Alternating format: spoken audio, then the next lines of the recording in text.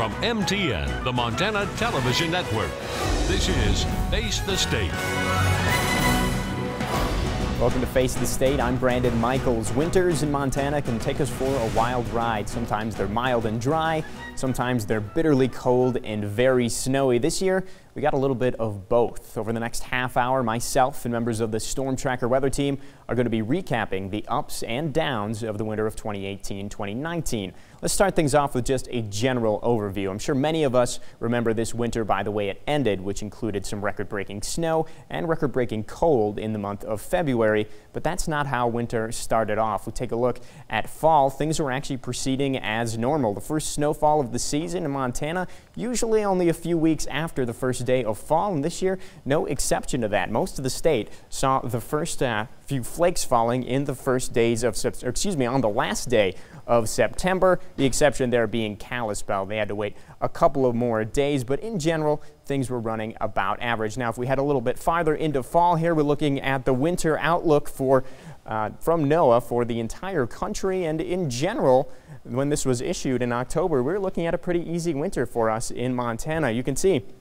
above average temperatures, and if we flip over to precipitation, pretty dry. Actually, a very good chance that we would be drier than normal. So overall, it was shaping up to be a pretty easy winter for us. Now, why were we thinking that would be the case? Well, we're going to be dealing with an El Nino, and you saw that there. That's a warmer body of water in the Pacific Ocean, and that tends to make some pretty big changes to kind of the global weather patterns. You see, the jet stream kind of gets pushed into Canada, and the farther that is to our north and east, it allows warmer air to move in. It also allows drier air to move in. I'll flip it back to kind of a normal year here. You can see that jet stream is quite a bit closer to us, and that is kind of the separator between the cold air and the warm air. So the farther that is away, generally the warmer we are. And that was a pretty decent prediction, at least for early in the season. December and January, we saw in general a big ridge in the jet stream, and that allows that warm air to lift up into Montana. We did see near average snowfall, but it was very warm. In fact, we regularly saw Chinook winds that warmed parts of the state into the 50s.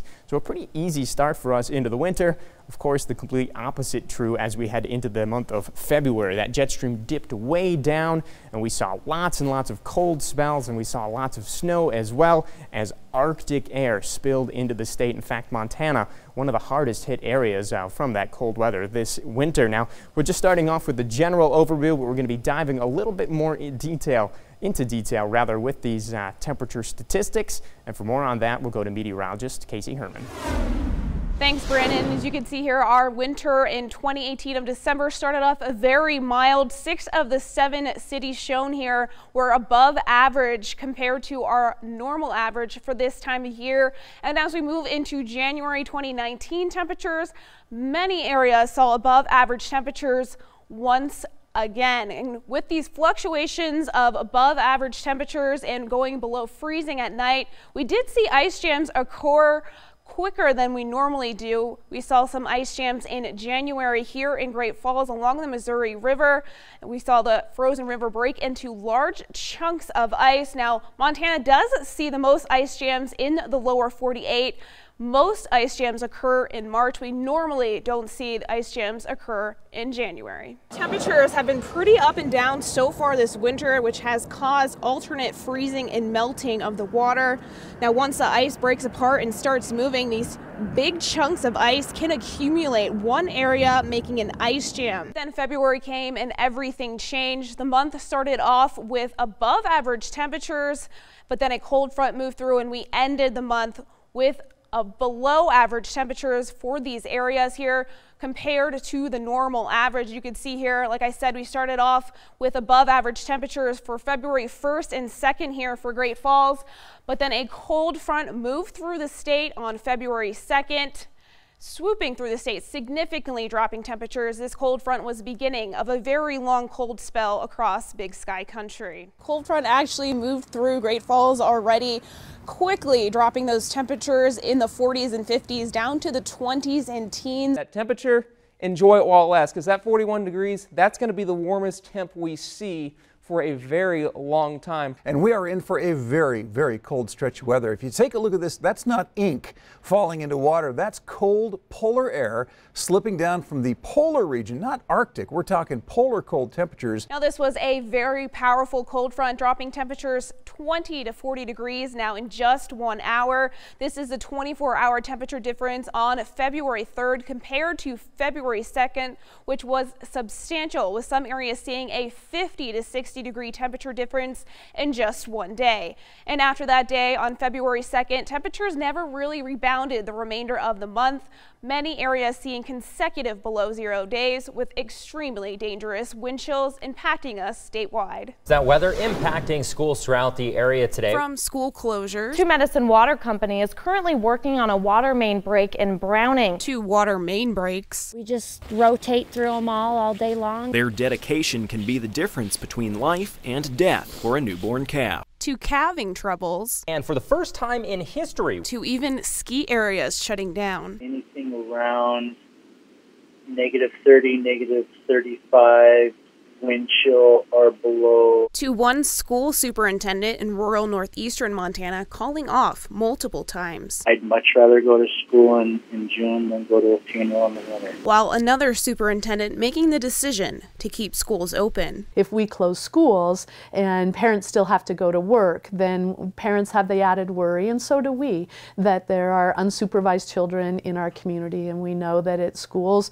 that they will be inside. Although actual temperatures were very cold throughout the month of February and early March, wind chill temperatures was what made conditions even more dangerous. It is just double-digit below zero temperatures just about everywhere right now, and with a 5 to 15 mile per hour sustained wind, which is nothing to what we normally see here in Montana, but goes a far way when we're seeing those temperatures and makes our temperatures feel so much colder than it actually is. So here's our feels like temperatures, wide ranges here between 20 below and 40 below, and dangerous wind chill temperatures prompted the National Weather Service to issue many wind chill warnings and advisories due to the fact that hypothermia and frostbite could occur if proper precautions were not made. February and early March of 2019 was one for the record books. February 2019, one of the worst, if not the worst Februaries we've ever seen, at least recorded here in Great Falls. High temperatures,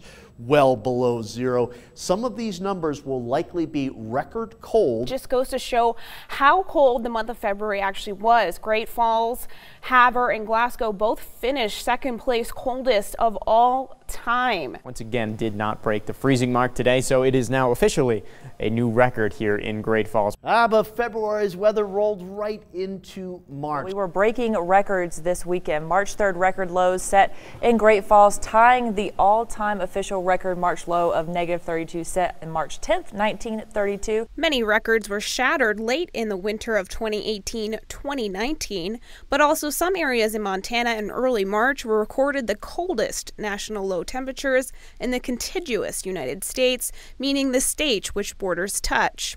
On March 2nd, a temperature of 38 below was recorded 25 miles north of Havre, and on March 3rd, a temperature of 44 below was recorded in Mosby. But we made it through the brutally cold temperature stretch, and now moving on to warmer thoughts as we are now in the spring season. Back to you, Brendan. Well, thank you, Casey. Of course, all that cold coming in February, that's when most of our snow came as well. That ended up being a historic month as far as snowfall. We saw lots of impacts from that, including roof collapses, avalanches, even a city that was trapped by snow. Meteorologist Elizabeth Copeland is going to be explaining the impacts of winter snow on the Treasure State. Thanks, Brandon. Like you were saying a little earlier, El Nino pattern was what we were tracking for winter's forecast. So initially, winter's outlook, like you were saying, drier than average conditions for all of Montana. And that's pretty much how it's set up for the first few months, at least, of winter. So going into December, we got some single-digit totals out there. Warming and cooling trends continue to melt that snow, so not a lot of snowpack accumulated, but 8.7 inches total in Billings, 6.9 inches in Glasgow, single digits across western Montana, a little bit lower than average in Helena only clocking in about 2 inches there for December totals. Now January came, increased totals across most of central and southwest Montana. The only place that decreased was across the north and east. A lot less of that snow across the north and east, only 3.7 inches in Glasgow. The rest of us in single digits in Bozeman and Helena, and then even the teens for Great Falls, Billings, and Missoula, jumping up quite a few inches there. And then February happened. We saw that cold air mixed with that more Pacific moisture, and as that jet stream weakened, quite a bit of snow fell and stayed on the ground for a lot longer with much colder temperatures. So we did track 28.2 inches of snow falling through February in Glasgow. That's 23.8 inches above average. So quite a bit above average, going from about average to these above average temperatures in just a month. 23.2 inches in Billings, 22.2 inches above average in Bozeman, and then 20 pluses for the rest of the state as well. 24.1 greater in Great Falls and in Missoula. So overall, more than 20 inches above average for all of the state. And with all that snow in such a short amount of time, we definitely saw those impacts lasting across most of the state. With a warm start to winter, a weak base layer was created as snow accumulated quickly in upper elevations. With so much new snow, these avalanches could break 5 feet deep just in the new snow, creating areas of instability in the backcountry. We have people coming from all over the country, coming to southwest Montana. They're getting out in the backcountry snowmobiling and skiing, and it's really important for them to get good, relevant information about the snow so they can stay safe. One area that saw its share of avalanches were the tobacco roots. In mid-January, 4 hikers climbed a steep and heavily treed area around Bell Lake when they triggered an avalanche. 35-year-old Benjamin Hirsch McShane from San Francisco died, and another was seriously injured. In Gallatin County, a backcountry skier is dead after getting caught in an avalanche on the west side of the Bridger Mountain Range. Another skier from Bozeman died in the Bridger Range near Truman Gulch after triggering an avalanche. New and developing tonight in Teton County, one person has been recovered from an avalanche just west of Shodo. Another avalanche was triggered by snowmobiles. Avalanches are not limited to backcountry areas. Separate slides in February closed 2 major highways. An avalanche closed part of Highway 287, 30 miles south of Ennis near Quake Lake. Traffic continues to be an issue this morning for anyone traveling west of Missoula. Another closed I-90 just east of Lookout Pass. From impacts in the backcountry to impacts in town, all that above average snow really impacted places in town, especially on those rooftops. So as we added all that extra weight on those rooftops, we saw quite a few collapses. So just to kind of break down what it means to have that snow on rooftops. So we track snow from fluffy to wet, and that's just based on how much moisture content is per square cube of those snowflakes. So the more moisture content per snowflake, the heavier the snow is going to be. So about a 5-to-1 ratio is about the wet snow forecast, and then fluffy snow, about 15-to-1 ratio of water to that snow. So overall, about a foot of snow in fluffy, the lighter snow, 6,400 pounds, which is about a truck. So usually we could see about 20 pounds per square inch on those rooftops is what the average rooftop can hold. So about 9,360 pounds per foot of snow expected on those rooftops, which is about a truck and a car. And you get that wet heavy snow, that's about 3 trucks or 18,720 pounds. Again,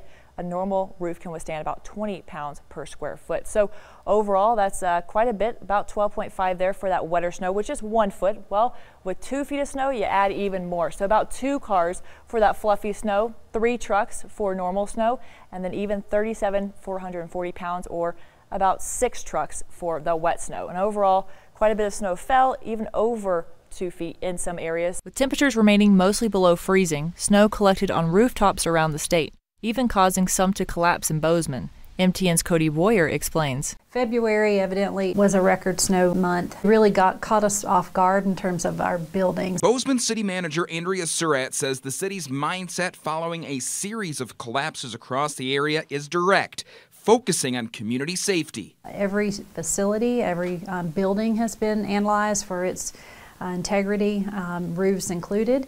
Where we hadn't gotten to the analysis yet was some of our park facilities. She adds the partial collapse of the Bogart Park shell was an eye-opener. We've had that one incident and we hope to not have any others. We're taking every precautionary measure, but that one was a learning curve for us. City officials say roofs like this one here at the Gallatin History Museum on Main Street are more prone to issues than others for obvious reasons. The History Museum did close this week for snow removal since their roof dates back to 1911.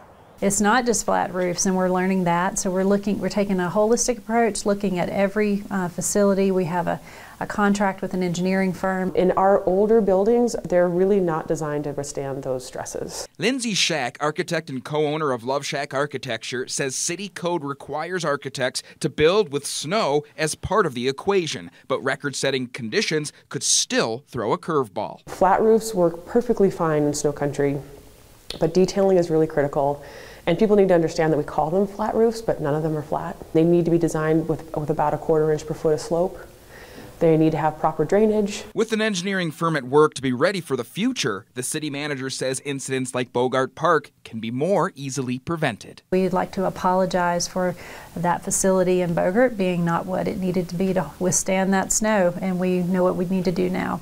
Bozeman wasn't the only area to have rooftops buckle under the weight. In Great Falls, 32.3 inches of snow were recorded during February. I think with all the flat roofs, and if you look around here, you can see several of them on some warehouses and everything, that if people don't start paying attention to their building, and if it doesn't warm up or the wind doesn't blow the snow off, a lot more people are going to be having problems. And with very little melting, a section of roof at the Salvation Army started sagging under the heavy snow.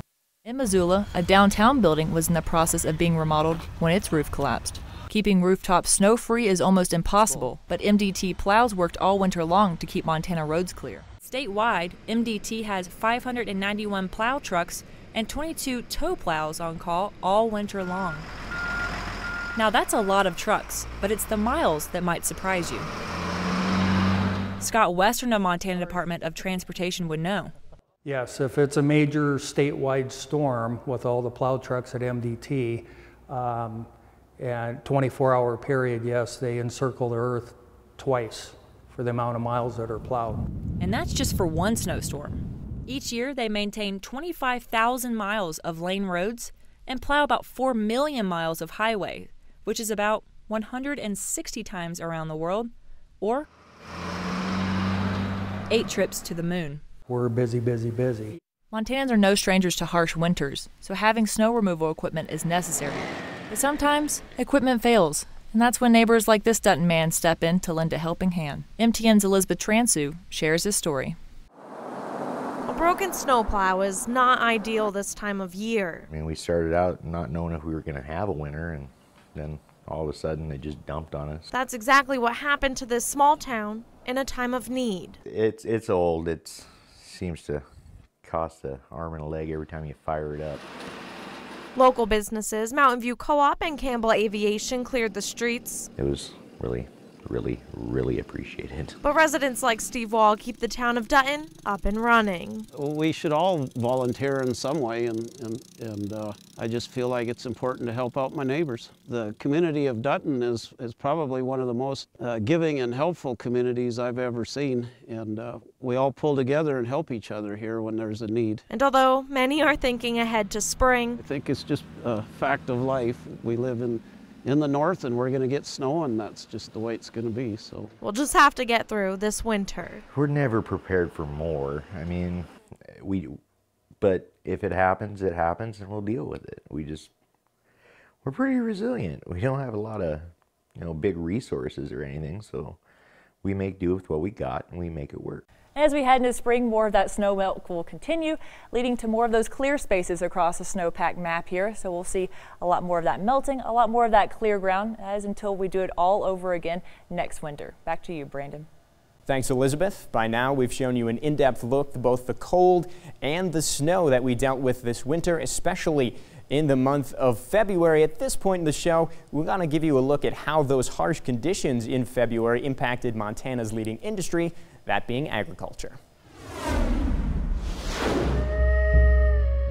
Whether it was Montana's native people or the homesteaders who willingly took on Mother Nature, I don't know how they did it. I really don't know how they lived out here.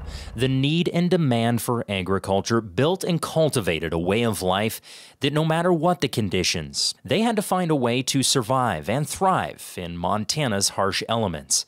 And this past February wasn't anything to write off as an ordinary winter month. Montana's farmers and ranchers felt the impact on every aspect of their lives. The cold temperatures and the snow sort of came a little later in the winter, came right in the time period when people were calving, so people have issues with frozen ears, frozen tails, just having to work and deal with cattle in deep snow, having to clear snow to create places to calve and feed. Those have been the primary impacts we've heard about so far. This is what makes or breaks us, and our calves are the most important thing. We just got to make sure we have healthy calves that are alive and stay healthy. January in some parts of the state would have been a great month for calving. We didn't have as extreme cold. We didn't have as much snow yet. And here in March, and February and March is when we seem to have been hit the hardest. And so I think that's the challenge, is people have pushed their schedules later, or many people have pushed their schedules later, trying to find better weather, better conditions to do it in. And Mother Nature has sort of worked the opposite way, at least this year. And it wasn't just ranchers battling the elements this past February. Montana's farmers were also hit hard. Our soil temperatures over the winter under the snow got down to about 22 degrees in that top 2 to 4 inches, and we froze to 40 inches this year. Well, last winter, even as cold as we had it, we had snow cover through quite a bit of that, and so it didn't freeze to 40 inches. This year it did, and we didn't have snow cover near as long. We really never started our snow cover until about the 1st of February. And I think we're pretty lucky just to get it at that point when the temperatures really started to turn cold, so it helped insulate some of these plants. And so we'll just have to see when they break dormancy as to what it's gonna look like. Despite the record low temperatures and long-lasting snowpack, the month of February wasn't all bad for agriculture. The snow helped to blanket the soil, in turn giving crops like winter wheat a bit of protection from the freezing cold. And according to the USDA, snow protectiveness in February was a bit behind last year, but nonetheless still provided some much-needed protection. 28% was rated at excellent. That's behind last year's 45%. Reports also indicated 69% was good to fair in 2019 compared to last year's 44%. And although it will be hard to tell until the snow is completely melted, the latest USDA crop progress report is indicating that winter wheat is faring slightly better than last year. 14% is currently sitting at excellent compared to last February's 8%. In the good to fair section, 2019 is looking to sit at 84%, whereas last year was at 87%. That snowpack was actually quite beneficial with respect to temperatures and insulating the ground, insulating our crops. Another aspect to take a look at when it comes to agricultural impacts from the month of February is how the snow and cold has affected insects. Now you might be thinking, how could anything survive a month of below freezing temperatures, right?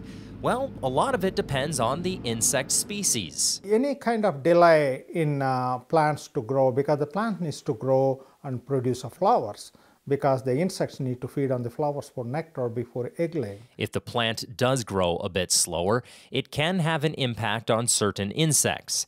However, some of these pests are pretty well adapted to Montana winters, no matter how harsh they are. Last year we had some strong winters too. So sawflies are very abundant in some places, big sandy, and so instead of, we all expected that it will go less, but we had a high infestation of the sawfly. Although we're not dealing with quite as impressive of a snowpack as last year, the moisture is going to have its impacts as we look forward into spring, both good and bad for agriculture. Moisture is one of the key important role for not only insects, even for the plants too. They need moisture. The insects, for example, they need a moisture. If it is a dry, probably that will kill the insects. So they need a moisture and for emergence, because they have to break their diaposing and the wall, and they have to come out and they feed on the plants. The take-home message is yes, the cold in February did have an impact on some insects. However, others will more than likely thrive with the increase in moisture. By now, I hope that you have a pretty solid understanding of the month of February and its impacts on agriculture throughout Montana. But now we must shift our attention slightly and look at the lingering effects of the month of February.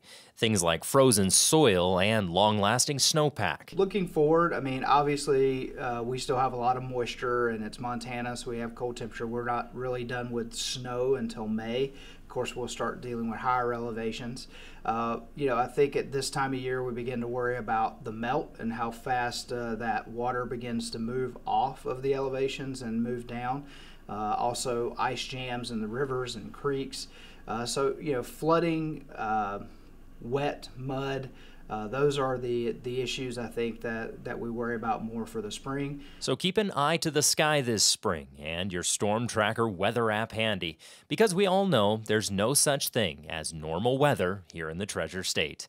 I'm Jason Laird with the Montana Ag Network, and there's a look at the month of February and its impact on Montana's leading industry.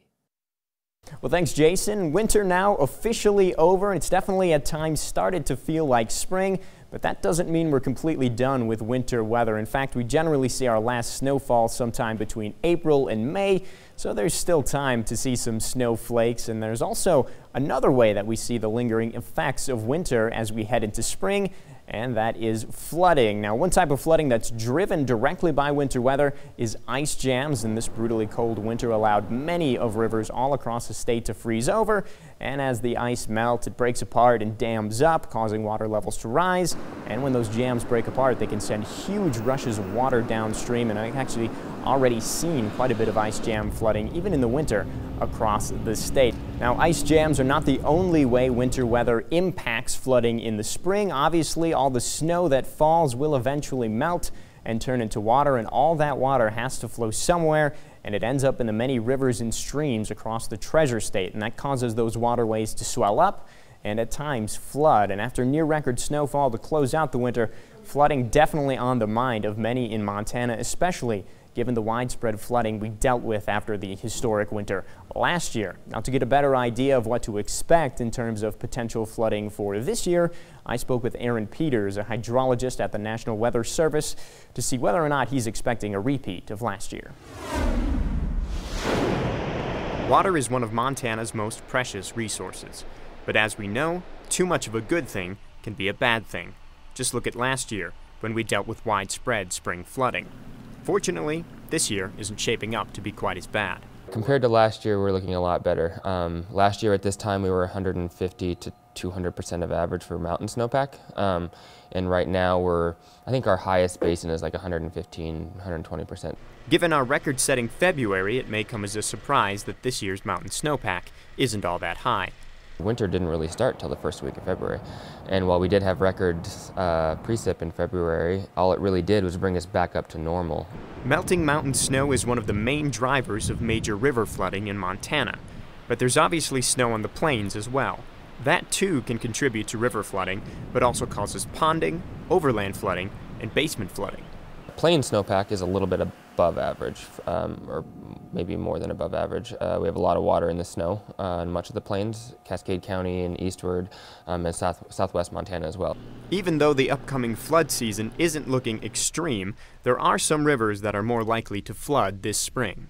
Right now it's looking like some of the tributaries to the Milk River, like Clear Creek near Chinook, and then Beaver Creek in Valley County, and then the Little Bighorn River in southwest Montana. The Shields River as well might have some minor flooding. The weather going forward will also have a huge impact on flood potential. A rapid snowmelt or heavy rain event can drastically and quickly increase the likelihood of flooding. It's best to be prepared for flooding now, especially when it comes to flood insurance. If you live in an area where you're even remotely close to having some flooding problems, or you've had them in the past and you don't have an active policy, you need to talk to your insurance agent now or talk to somebody at FEMA about getting that policy in place. So far, our winter has left us in a good spot. Now we look forward to spring to see what Mother Nature brings and how the flooding season unfolds. Of course, now that we've moved into spring, we have seen some flooding, including on some of the rivers that Aaron mentioned in that interview. But for now, that's all the time we have. Thanks for joining us on Face the State. You've been watching Face the State, a presentation of MTN. the Montana Television Network.